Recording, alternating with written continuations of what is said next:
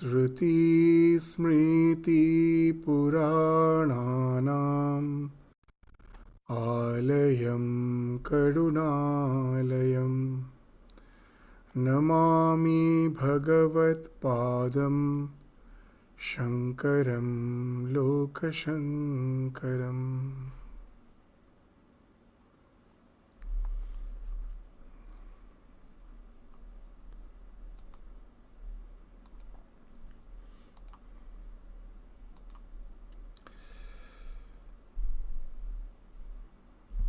So, the last class we were discussing the section where the experience of the ultimate spiritual evolution, the samadhi, was described. And now today we will start with the 424th verse of Vivekachudamani, which speaks of supreme renunciation and supreme knowledge, which is the outcome of the ultimate spiritual realization. So, what the verse says, Vasana anudaya bhogyai vairagyasya tadavadhi ahang bhava udaya bhava bodhasya paramavadhi lina vrittehi anutpattihi maryada uparatehi tusa. So what it is saying? Vasana anudaya. Udaya means to rise. Anudaya means not to rise again. Vasana. Vasana means the desires. For a person of ultimate realization, a man of realization, his desires are never going to arise again. Anudaya. Bhogye vairagyasya tada avadi.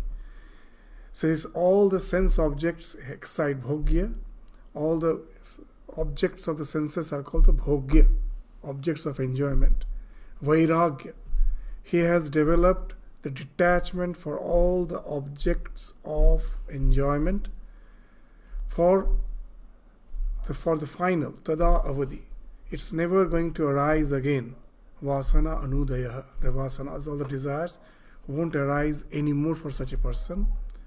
And then ahang bhava udaya abhava bodhasya parama avadi. So attaining the extreme perfection of knowledge, we will find what has happened. There is an absence of any impulsion arising from ego. The idea that I am the doer, karta, that idea falls off. That I am the karta, I am the bhokta. The idea of the doer and the enjoyer, which is related with the ego, that falls off. We will come to the discussion that how it happens and what that state is, that we will try to discuss in short. Lina vrittehi anutpatti, the third thing, Lina vrittehi anutpatti maryada uparati tusa. Uparati means whenever the mind is going out, I try to bring it back again and again and try to control the thought webs. But here the ultimate uparati has happened. There is no need to withdraw the mind again and again.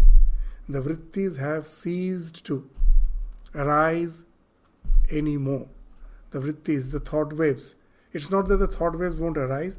The thought waves arise, but each thought wave has two components. One is jnana vritti and another is the bhoga vritti. That when I am seeing the table, it gives me a knowledge. But there are certain things, along with the knowledge, there is the tendency to enjoy. Like if I see a donut, I have the knowledge. And along with that, there is a bhoga vritti, that I like to enjoy it. So the bhoga vritti, when they say that all the vritti falls off, it is actually the association with the bhoga vritti that falls off. That there is no more inclination for enjoyment. The jnana, the knowledge of the thing is still there, but the bhoga vritti falls off. Now let us try to understand what they are saying. That is actually the three stages of the ultimate state of spiritual realization. First is vasana anudaya bhogya vairagya satadavadi. That supreme renunciation is attained. How? That all the vasana, all the desires don't arise anymore. Now, whenever we speak of vasana, in the Yoga Shastra, they speak of two types of vasana. One is vyakta and another is avyakta. So these terms you will understand. Vyakta means manifested. Avyakta, not manifested. There are many desires which are lying hidden in my subconscious mind. Only when they get favorable circumstances, they will arise. Otherwise, they are dormant. And some of the desires won't arise in this life at all, because those desires are most probably appropriate for other animals, not for human beings. As we say, that if it is a fact that we have evolved from the lower animals, then most probably in some past birth, we were some grazing animals. We had the tremendous liking for the green grass as a grazing animal. So the scriptures say that all the things which I like, that remains in my subconscious mind as the sanskara, it remains as a subliminal impression. Then why, as a human being, if it is still there, I have evolved from that grazing animal. In my mind, in the subconscious mind, the samskara, the impression of the likeness, the liking for the green grass, if it is still there, then why don't I salivate when I see the green grass? The reason is that that sanskara is not appropriate for the human birth, so it remains hidden in the subconscious mind, not to arise as a human being. As long as I'm a human being, it won't arise. If again I have to go take birth in an animal body, that will become manifested. So now you understand that there are certain, even in this life, we give an example that as a student, I had liking for so many subjects. I enjoyed all the subjects. Not only that, most probably I was good in some co-curricular activities, extracurricular activities. I enjoyed them. But the moment I go for some academic, high professional education, maybe I get chance to get admitted in a medical college, then what will happen? Only my interest in the biological science, that will become vyakta, that will become manifested. All other desires for the time will become something dormant. So because now this is the thing which is important. As per the circumstances, that has become manifested, others are dormant. Most probably when I am established as a doctor, I have sufficient leisure, much later in my life, those dormant desires may now again get chance to get manifested. So there's two types of vasana we understand. Vyakta, those who are manifested, avyakta, which are not manifested. Now avyakta, we cannot deal with it directly. We can deal with the desires which are manifested directly. They are there in my mind, I can deal with them. So how can I deal with them? To a certain extent, I use my willpower to practice vairagya. That they arise, but I don't yield to them. It is just like my ego, ahankara, with which all these desires are linked. So that ego is something which is in the center, and all these desires are like various birds whom I feed every day. The ego is feeding them every day. You will find that sometimes many have the habit of feeding grains to the birds.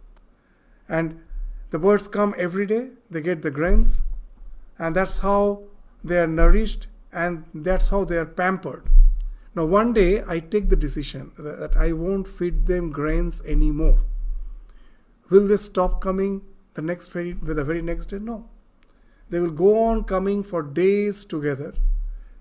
And I have to be very, very persistent, patient, not to yield to them. At last a time comes when the birds get the feedback. We are not going to be fed anymore. And then they start falling off. They won't come back anymore.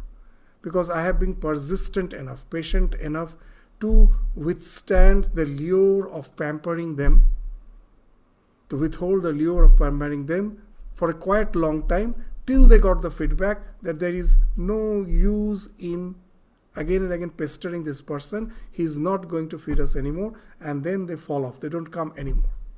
So now you will understand when they say vasana anudaya bhogye vairagyasya tadavadi. You have attained supreme renunciation when these vasanas are no more arising. They got the feedback that there is no use in trying to draw his attention. He is not yielding to them anymore. They fall off. So that's the first thing. Second, ahang bhava udaya bhava. But that's not all. So in entire spiritual practice has two components. Broadly it is two components. First is vairagya. The first line spoke of vairagya. And second is abhyasa, some practice. Not mere detachment. I have to practice meditation, contemplation. What all meditation, whatever may be the religious tradition, is there anything specific of that meditation? Whether I am a devotee, whether I follow the path of jnana, one thing is common. I am again and again trying to obliterate the ego. What a devotee does, he feels that God is, I am. My relation to God is eternal. This body-mind complex, this will fall off.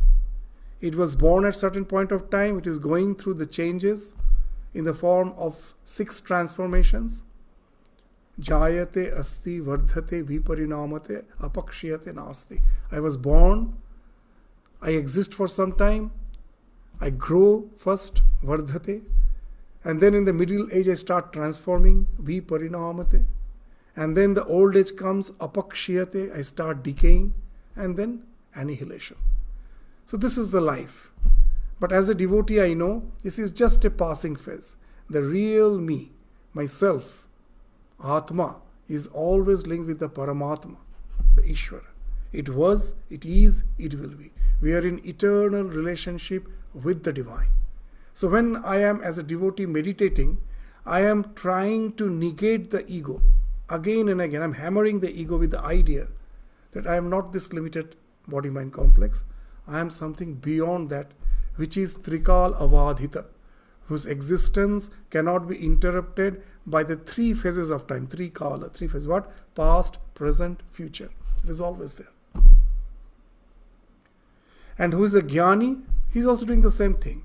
He may not be contemplating on God, but he thinks, I am that ultimate reality, which again is beyond all the phases of time, past, present and future, beyond all locality. It is not just limited in this body. It is Brahman. It is an absolute reality, which is beyond space, time, possession. He is meditating. He is trying to obliterate the ego. So now what happens? All the desires, whether it is vyakta or avyakta, are hooked to the ego. Our personality is just like a will. The hub of the will is the ego. And all the desires, whether it is vyakta or avyakta, manifested or unmanifested, they are all linked with the ego. So all these desires are like the spikes. These manifested desires as well as the unmanifested desires, they are like the spikes. So when I try to get rid of a particular desire by practicing detachment, I may most probably have broken one of the spikes. But still the will is intact, because there are so many other spikes to keep the will intact. But if I take out the hub of the will, then all the spikes fall off all at once. So when I am practicing abhyasa, constantly meditating on the divine, I am hammering the hub of the will. So these two are important. First, I have to get rid of the vyakta vasana, because otherwise I cannot calm down my mind to meditate. So vairagya has to be practiced to get rid of the vyakta, all the manifested desires. They are attenuated or obliterated. Their strength is reduced, or I totally annihilate them. And then with a calm mind, I am practicing abhyasa. I am trying to hammer out that hub of the will, the ego. And once that's done, then I need not have to try to get rid of the desires one by one, which is impossible. There are innumerable desires. I cannot get rid of them one by one. But the moment the hub is removed, the entire texture, this entire will collapses. And that's the idea of ahang bhava udaya abhava. The ahang, the ego, no more arises, because it has been totally obliterated. So that's the final. When that is done, When the ahang has been totally removed, then what happens? Then all the vrittis, these spikes have fallen. But is it that the person will simply become jada, inert? The spikes, as we told, that each and every mental modules have two components. One is perception and another is enjoyment. The perception, that remains. Even if the ahang bhava is gone, the perception, when I am seeing a table, I still see a table. But the idea associated with it, the enjoyment, just like when I'm seeing the donut, I see the donut. But the idea of enjoyment, that has fallen off. So the bhoga vasana won't arise anymore. And that's been spoken of as this uparati, leena vritte. The vrittis along with these desires, they fall off. You may say that how it happens. To understand very simply, we can understand it when Swami Vivekananda is saying, as a paribrajaka, as a wandering monk, he was traveling through the deserts of Rajasthan and he was thirsty. Now he was in search of water. So what he did, as in search of water, he was just moving around in search of water, and suddenly he saw a huge reservoir at a distance. And naturally, as he was thirsty, he started moving towards it. And suddenly he saw the reservoir is there no more. It suddenly vanished. And then the idea came, oh, it's a mirage. I have studied about it. I had an intellectual knowledge about it, but for the first time I have experienced what difference it makes. The next day when again he is traveling, now as he is in body-mind senses, again he sees that huge water body. The perception is there. But the bhoga vritti has gone. How? But today he knows that it is a mere projection. So, yesterday it dragged him towards it. Today it has lost the power to drag him. It knows it is a mere projection. It cannot be dragged. So, the vasana vritti no more arises. So, it has fallen forever. It's not just simply by willpower. The realization has made the renunciation spontaneous. And that's what is meant by leena vritti, anupatti. That the vrittis no more arises, the bhoga vritti no more arises, and this uparati becomes something spontaneous. So this is the idea which has been spoken of in the 424th verse. So now we will go to the state that one who has attained this state. In the scriptures they say he is a Jivanmukti, he is liberated while living. He is liberated while living. So such a person has been described in the 428th and the 429th verse. So what is that state of a person who is Jivanmukti, who is liberated while living? What are the signs and symptoms? What are the manifestations of such person in his behavior? That's been spoken of in the 428th verse. Yasya sthita bhavet pragya yasya ananda nirantara prapancha vismrita praya sa jivanmukta ishyate. Say, he whose illumination is steady. Yasya sthita bhavet pragya. Pragya is the illumination, the knowledge, the wisdom. That is steady. That's not going to be obliterated anymore. It's there permanently with him. Yasya sthita bhavet pragya yasya ananda nirantara. In this life we find there is nothing called incessant happiness, uninterrupted happiness. But he has entered into a state where happiness is something uninterrupted. Nir antara. There is no gap in his happiness. Antara means gap. Nirantara is a negation of that. His ananda is something which has no gap, which has no interruption. And prapancho vismrita praya. This world of name and form, that obliterates for him. What it means, we will come to just a little discussion. Such a person is called Jivanmukti. He is liberated while living. So what is first? Yasya sthita bhavet pragya, whose wisdom is steady. Just that example of Swamiji which we gave, that seeing the mirage. Just see, once you have experienced the mirage, will you ever be again deluded by it? No. Till I haven't experienced the mirage, it was just an intellectual knowledge for me.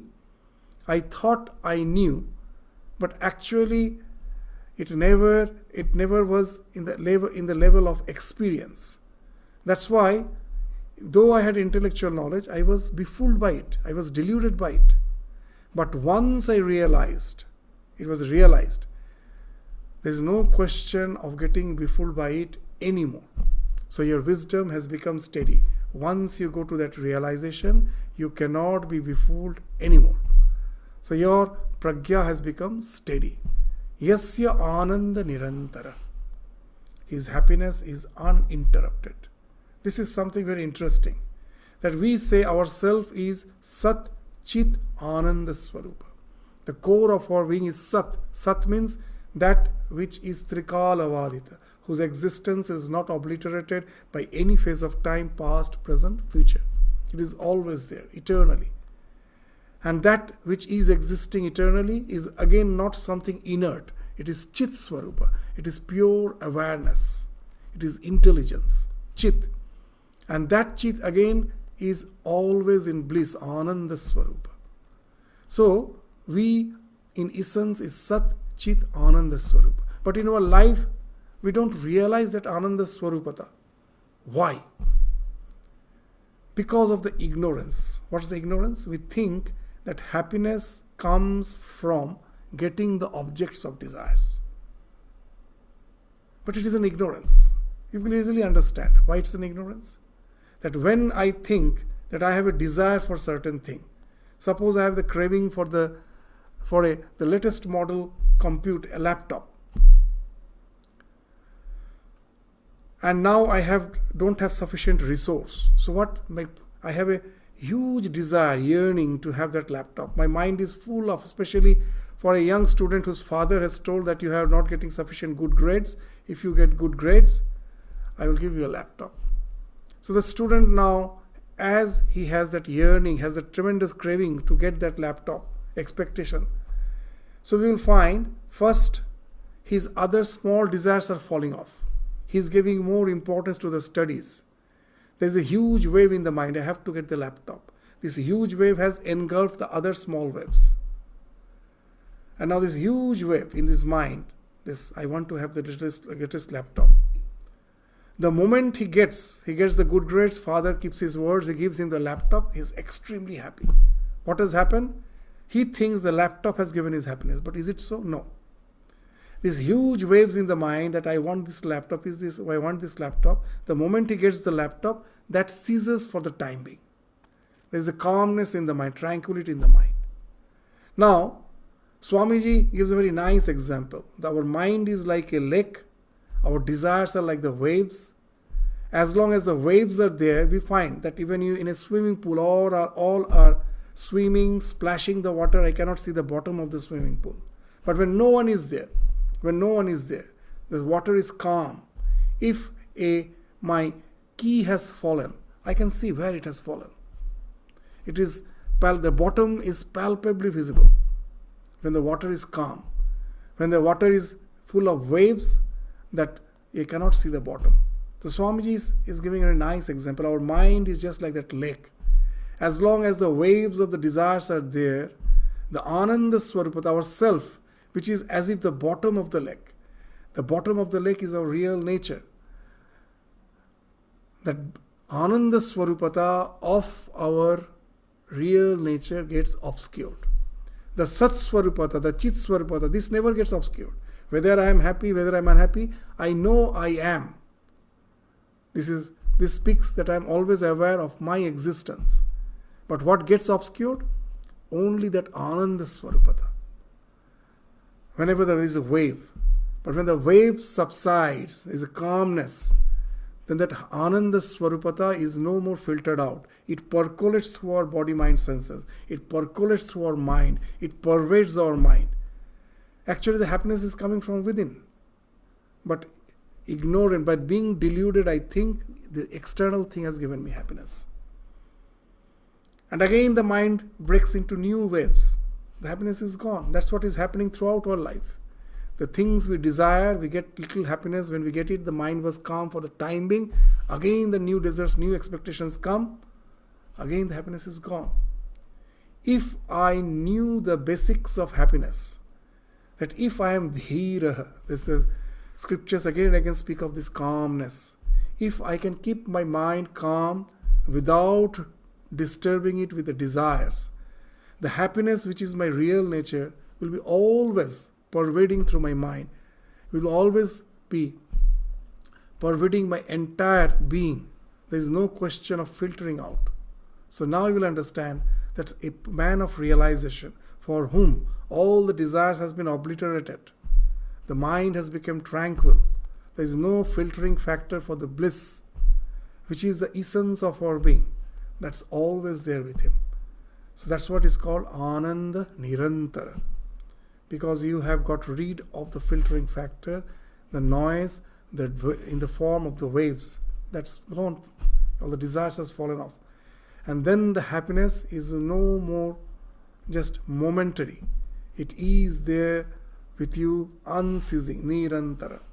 And then Prapancha Vismrita Praya. This phenomenal existence falls off. What it means? In Samadhi, when in that deep contemplation you have gone beyond ego, when you have gone beyond the Chitta Vritti. Now very, very interesting that when the thought wave ceases for the time being, what happens? Very interesting, as we told that the vritti, in Sanskrit, vritti doesn't mean waves, thought waves. Vritti means profession. Then why these thought waves have been termed as vritti? Because as long as these waves are there, mind is there. The chitta, the mind cannot exist without that vrittis. Now in Samadhi, when the vrittis have fallen off, the mind also has fallen off for the time being. It's just like the mind, what's its nature? That we think the world is out there. Actually, it's not so. It is a consciousness which comes in association with the mind, and the consciousness coming in association with the mind projects out as this world of name and form. So, it is just like a white light falling on a prism, breaking into the spectrum. The white light is the consciousness. Allegory, we are just using the simile allegory. And the prism is the mind, and the spectrum is the world. So in Samadhi, when all the vrittis has fallen, the mind has collapsed for the time being, then what happens? The spectrum is no more there. It has merged with the white light. You are one with that consciousness alone. So all the prapancha, this world of name and form, the word prapancha is very interesting. Prapancha. Pancha means we have 5 senses. All our experiences is a mixture of these 5 senses. Prakrishta Rupena Pancha. That when I am seeing a flower, it's not just I am seeing its color, I can feel its texture, I can have its fragrance. All the senses mixed together to give me the sense that it is a flower. So all this prapancha means all this projection of the 5 senses. So they collapse for the time being. Is it not going to come back again? Yes. When there is vyutthana, when I get up from my samadhi, again I come back to my mind and senses. But then the prapancha is again there. Yes, it is there, but no more in the way it used to be. Previously I thought it to be something as a tangible reality. Now I know it is the consciousness and consciousness alone which is appearing as this world of name and form. So I no more see the name and form. I see the consciousness and consciousness alone. So it is Jiva Brahmaiva Naparaha. That it is actually everything is Brahman. All the sentient beings are Brahman. There is nothing apart from that. So in that sense, even after Samadhi, when you vyutthana, when you get up from that, the prapancha is no more there. Because you don't see the world as a tangible reality. You see it as a manifestation of the divine. So for him, prapancha has fallen off, Vismrita Praya. It's no more there for him. Such a person is a Jivanmukta. He is liberated while living. So in the 428th verse, it speaks of these three characteristics. In the 429th verse, what is say? Leenadhi api jagarti jagrat dharma vivarjita bodho nirvasano yasya sa jivanmukta ishyate. That one whose intellect is merged in Brahma, leenadhi, is merged. So such a person, what happens? Though awake, this api jagarti, jagarti means he is awake. Though he is awake, jagrat dharma vivarjita. But it is free from the effects of wakefulness. Why? Bodho nirvasanayasa, as his knowledge is free from desires. So though he is awake, but he has the effect of all the waking state as no more there, because he is free from desires. He sees the world, but there is no question of sense of belongingness. Can we understand that what actually it happens? Even in modern science, there is, those who have psychological issues, there is a particular psychological condition which is termed as cab crash syndrome. What is that? A person gets up early in the morning, a teenager gets up, and seeing his mother suddenly says, "You look like my mother, but you are not my mother. You are an imposter. You are feigning as my mother." Mother gets concerned. What happened to my child? Takes him to the doctor, and doctor says he has developed cab crash syndrome. What's that? Now our perceptions are very interesting. Very interesting. That when I see a red flower, I think the red flower with its color, with its texture, with its smell, everything is perceived together and the mind sees it as a whole. No. All our perceptions are actually piecemeal perception. Every perception is having separately. There is a center in our brain for perceiving the color. There is another center for perceiving the shape. There is some other center for perceiving the texture. There is some other center for perceiving the smell. All these perceptions have happened separately, and they are conglomerated by the mind, synthesized by the mind to give a feeling of a whole. You will understand it. When I am watching the movie in a movie theater, in the screen, the characters are moving. Suppose one character is conversing with the other. The lips are moving, and I feel the character is speaking. But we all understand that it is not the case. In the screen, the lips are moving. Somewhere from the sound box, the sound is coming. These two are not having the same source. It is not from the lips the words are coming. From the sound box, the sounds are coming. In the screen, it is just the lips are moving. But I have a feeling that character is talking. How it happens? These two piecemeal perceptions. The movement of the lip is being perceived by the eyes. The sound is perceived by the ears. These two are conglomerated, synthesized in the mind to give me a feeling of whole, that this character is speaking. So it happens. The same thing happens with all our perceptions. And not only this, all the perceptions, piecemeal perceptions synthesized. Along with that, our emotions are also synthesized. Oh, this is mine. This is my mother. This is ahamta mamata. This is me and this is mine. So this all speaks of our attachments to the things. So these emotions, feelings, they also get synthesized with the perceptions to give a sense. Oh, this, when I see my house, it is better than all other house. Why? That a type of feeling that when I am returning to my home, there may be so many beautiful houses. But the moment I see my house, immediately I feel a type of joy, sense of belongingness.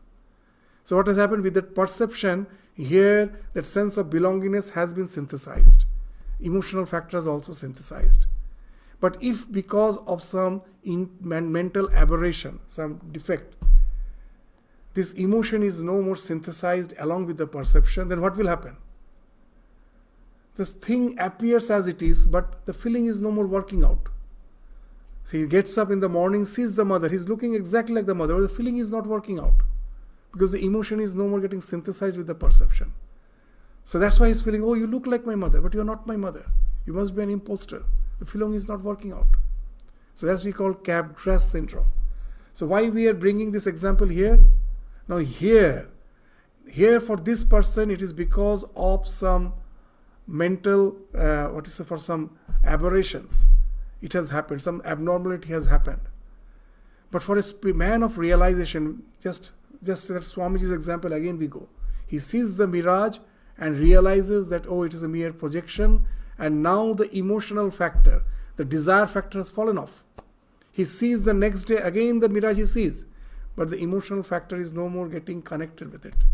So what happens? He won't get dragged by it anymore. So that's the thing which has been spoken of here. So though he is awake, once he has gone to that realization, all the emotional factor linked with the perceptions has fallen off. Why?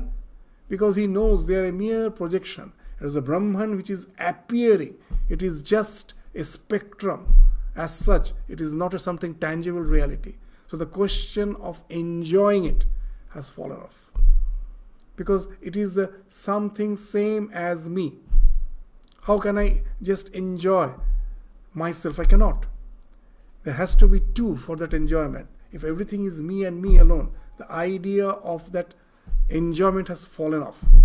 So this idea, that's what's been spoken of here. This is the thing which happens, that the connection, the emotion factor, the feeling factor has got disjoined from the perception once he goes to that realization. And then, though he is awake, now very interesting, that the world appears, but there is no sense of that attachment to it.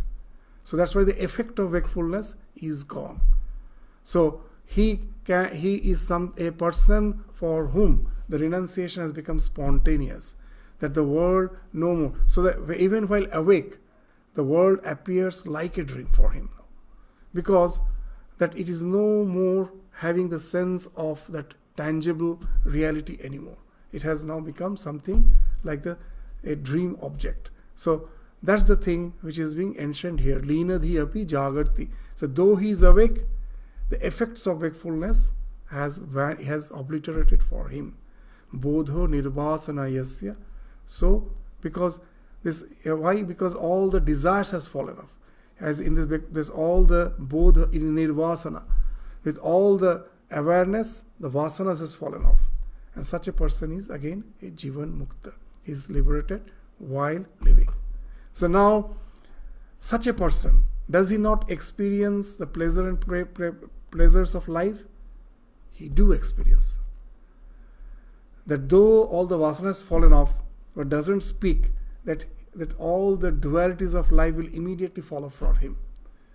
So in Vedanta they speak of three types of this karma: prarabdha, sanchita and agami. So very interesting. So because of prarabdha, all the actions which has started fructifying, all my past actions for which the results have started fructifying, I have to experience them. Even when I have got liberated, if the karma which has started fructifying, I have to experience its result. But the sanchita, the karma which are accumulated but yet to fructify. There are so many karmas I have done, for which in this life certain actions, the results of certain actions will fructify, will take effect. The others are accumulated. They most probably will be effective in some other birth. So once I have that realization, all these karmas which are going to have effect in the future birth, the sanchita karma, they won't yield result anymore. And agami karma, whatever actions I am doing now, they also are supposed to have some result in the future. This agami karma, they also are not going to fructify. But I have to go through the effects of the prarabdha karma. So this will be described in the next few verses. That for a man of liberation, that he also has to experience the prarabdha. What it is saying? Sukha adi anubhava, 446th verse. Sukha adi anubhava yavat tavad prarabdham ishyate falodaya kriyapurvah nishkriyah nahi kutrachit. So as long as one feels pleasure and pain, so long prarabdha remains. So how we can understand the prarabdha is there? That every action has an effect. Now for a man of realization, he has gone beyond all the so-called emotional faculties. He has got rid of them. Then he is not supposed to experience the pain and pleasure. So we can infer that still he is experiencing the pain and pleasure, means that all the actions which have started fructifying, that is having the experience that he is experiencing now. But one thing, for a person, when he is looking at a realized soul objectively, he sees he is going through the pleasures and pain. But a man of realization, as he has already got detached from his body mind, so he knows well that the body is going through their experiences. I am just the witness. I am in no way suffering. So from others' perspective, it appears that he is experiencing, but actually, subjectively, he is not experiencing. He is just the witness through which the body-mind complex is going. We give that example, we will understand what is the prarabdha like. That in the summer season, the fan is revolving. And now, if I switch off the fan, does the fan stop immediately? No. Because of its past momentum, it will go on revolving for some time and then it stops ultimately. So for a man of realization, what is the switch? That for us, behind all our actions, desire is there. So desire is the driving force. That desire has been switched off. It is no more there. So what happens? Because of the past momentum, the actions continue. It continues, just like the fan revolving, even after I've switched off. To stop ultimately. When the momentum is exhausted, then it stops. So that's the prarabdha. Once this switch of the desire has been offed, because of the past momentum, our body-mind complex will be going through all these experiences to stop ultimately. Because when this momentum gets exhausted, so I have to go through this experience of Sukha Dukkha for the time being. But one thing, again that we say, the other person sees that he is going. When Sri Ramakrishna is suffering from cancer, others sees that he is suffering. Even someone asks, "Sir, how are you?" He says, "Oh, it really pains." And then one of his direct disciples says, "But sir, I see that you are in bliss." And then Sri Ramakrishna says, "Oh, he has caught me. Shala dhore feleche." What's the idea? That inwardly, he is in his own bliss. He knows that it is body-mind complex which is going through the suffering. As he used to say to his the devotees, his inner core devotees, those who were in the inner circle, what is to say? Shorir tar dukkho jane, mon tumi anande thako. The body knows its suffering, or mind be in bliss. The mind is totally detached because all the desires has fallen off. The body, because of its past momentum, is going through some experience. So that's the idea of the prarabdha. And then in the 447th verse, what it is saying? The sanchita karma, as we told, the prarabdha we have to all experience, but the accumulated actions which are yet to yield result, that won't yield result anymore. That's being mentioned in the 447th verse. What is saying? Aham Brahma iti vijnanat kalpa koti shata arjitam sanchitam vilayam yati prabodhat swapna karmavat. It's a very nice example they're giving. That all the actions which are accumulated for koti bhi, shatakoti, for so many millions of lives we have gone through, all the results of the actions which are accumulated, which are yet to fructify, they won't fructify anymore once I have realized that I am the Brahman. I have come out from the delusion that I am just this body-mind complex. Why? It is just like swapna karmavat. Just when in a dream I may be doing some good action, I may be doing some bad action. The moment the dream breaks, am I going to experience the results of the good and bad actions in the dream? No. I know it was in a dream state. I have woken up, I am awakened, I have now woke up from that state. I am no more dreaming. So for a man who is established in Brahman, all these lives he has gone through is just like a dream. He has woke up from the dream. He is awakened from the dream. So all the good and bad actions of all those lives, it's now means nothing to him. It's just in the state of the dream. When you are awakened, that means nothing to you. Their results are you're no more accrue. So that's how Sanchita karma falls off. That's the example which they give. That's why Sri Ramakrishna used to say very interestingly, when Girish Ghosh came and told, I have done so much of sin. How can I cleanse myself? And then Sri Ramakrishna gives a very nice example. Suppose a room is dark for thousands of years. Is it going to get illumined little by little? When you strike a matchstick, will it get illumined little by little? Will it take another 1,000 years to get illumined? No. It gets illumined in a flash. So that's what happens when I go to that realization. As if I'm awakened from the dream, and in a flash, I was dreaming. All these dreams falls off. As well as all the actions has no meaning for me. The good, the bad, all the actions which I did in the dream, I know is just mere dream. It cannot have any effect when I am awake. So they all have fallen. In a flash, they have all fallen. So that's what is being indicated here about the Sanchita karma. And the Agami karma, that actions which I am doing now, they are also not going to have effect in the future. That's been spoken of in the 449 verse. What it is saying? Swam asangam udasinam parigyaya nabhoyatha. So once I have gone to that realization, there is a detachment. I am now witness.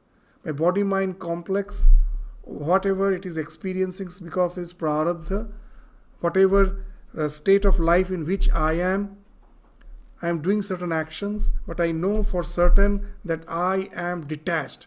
I am in no way part of that body-mind complex. This asangam, udasinam, that there is no question of that is totally detached and I am totally indifferent, udasina. Just like a sky. Just the sky is in no way attached to anything. Nothing can affect the sky. So I have become something like a sky. So this parigyaya nabhoyada, nabho means like sky. Na shlishyati. So there is in no way it can be attached. Chayat kinchit. Even to this minutest extent, it cannot be attached. All the attachment has fallen off. So for them, there is no question of bhavi karma bhi. That result of what I am doing now is not going to be experienced in the future. Because all the results of action comes from this attachment. The action itself doesn't bind. When I am doing the action with desire, that binds me. As the desire has fallen off, there is no question of accruing new karma, no more karma. So the agami karma has also fallen off. And then in the next verse, with a nice example, Bhagavad Pada Shankaracharya will explain these three types of karma: prarabdha, sanchita and agami. What he's saying, jnana udayat pura arabdham karma jnanat nanashyati udatva swafala lakshyam uddishya utsrishta vanavat. Utsrishta van, that a hunter is having the quiver full of arrows in his shoulder. On the back of his shoulder, he is having a lot of arrows. And he took one arrow from his quiver. He took one arrow and then put it on the bow and stretched the string, and the arrow has left. He has left the bow. It is going to strike the mark, laksham.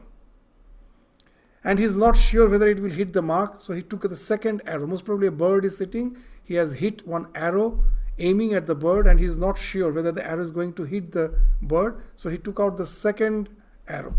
And with that, he has again put on the bow and he has stretched the string. And then suddenly, that karuna, a tremendous compassion dawns in his mind. Oh, I am not supposed to harm others, kill others. So now what will happen? The arrow which has been shot, I have no control over it. Whether it hits the mark or it misses the mark, whatever it may be, it has already been shot. I have no control over it. But the arrow which is in my hand, I am about to shoot. Will I shoot anymore? No. So this is the action which I am going to do now, whose result was supposed to be experienced in the future. So there is no question for that. It's obliterated. And the sanchita karma, all the arrows which are in the quiver, which I might have used if the compassion have not dawned in, will I be using them anymore? No. They still remain in the quiver. I am not going to use them anymore. So all the sanchita karma, they also become ineffective. And this agami karma, which I am going to do, whose result will be in the future, that also become ineffective. But the arrow which I have shot, that's the prarabdha. That I have no control over it. So it is going to meet its destiny. So that's the example is being mentioned by Utsrishta Manavat. Just like the arrow which has already been released, that's the prarabdha. I have no control over it. But the others, the arrow which I am going to shoot, or all the arrows which are in the quiver, they are no more going to be used. They just simply become inoperative. So that's what Bhagavad Pada Shankaracharya, with this nice example, speaks of these three types of karma, which a man, even while living, a liberated man, even while living, Jivanmukta Purusha, he is liberated. For him, the sanchita and the agami karma has become inoperative, but he too has to experience the prarabdha karma.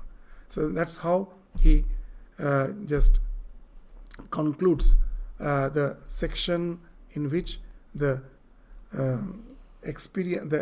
all the experiences of the Jivanmukta Purusha, the way of life of the Jivanmukta Purusha, and his experiences have been described by Bhagavad Pada Shankaracharya. So with this, we conclude our class today. Thank you all. Namaskar.